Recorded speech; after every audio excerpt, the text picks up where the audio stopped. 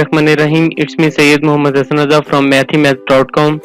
Let's start with question number 11 of exercise number 7.4. The statement of the question is find the 30th term of a geometric progression. The sequence is given. In this sequence, the first term is x, the second one is 1 and the third one is 1 over x.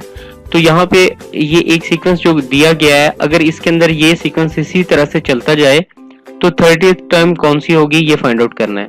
तो इसमें very obvious कि ये first term जो है ये x है, second term जो है वो 1 है। सो यहाँ रेशो क्या होगी सेकंड टर्म और फर्स्ट टर्म, तो ratio is equal to 1 over x यानी सेकंड ओवर 1। सो ये रेशो हमारे पास आ जाएगी। तो यहाँ पर जो ज्योमेट्रिक प्रोग्रेशन का फार्मूला होता है वो सिंपल सा फार्मूला जो कि ऑलरेडी डिफरेंट क्वेश्चंस में यूज होता रहा है, वो a n is equal to a one into r raise to power n minus one. So जिस वक्त एन को 30 से रिप्लेस किया, सो यहाँ पर a 30 is equal to a one into r raise to power n minus one, जो कि 30 minus 1 आ जाएगा, जो कि 29 आ जाएगा। ए 30 इज इक्वल टू A1 जो है x है, ये जो गिवन है, R जो है वो 1 ओवर x है, रेज टू पावर 29 आ जाएगा।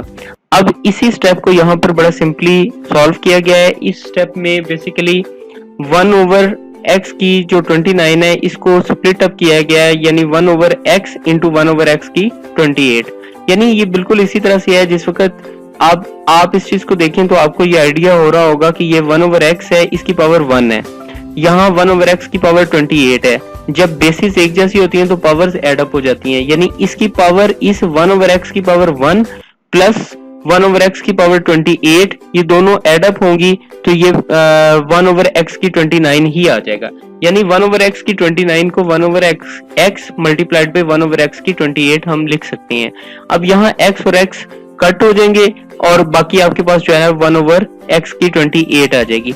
यानी अगर ये सीक्वेंस इसी तरह से चलता जाए तो 30th टर्म जो है वो 1 ओवर x की 28 आएगी।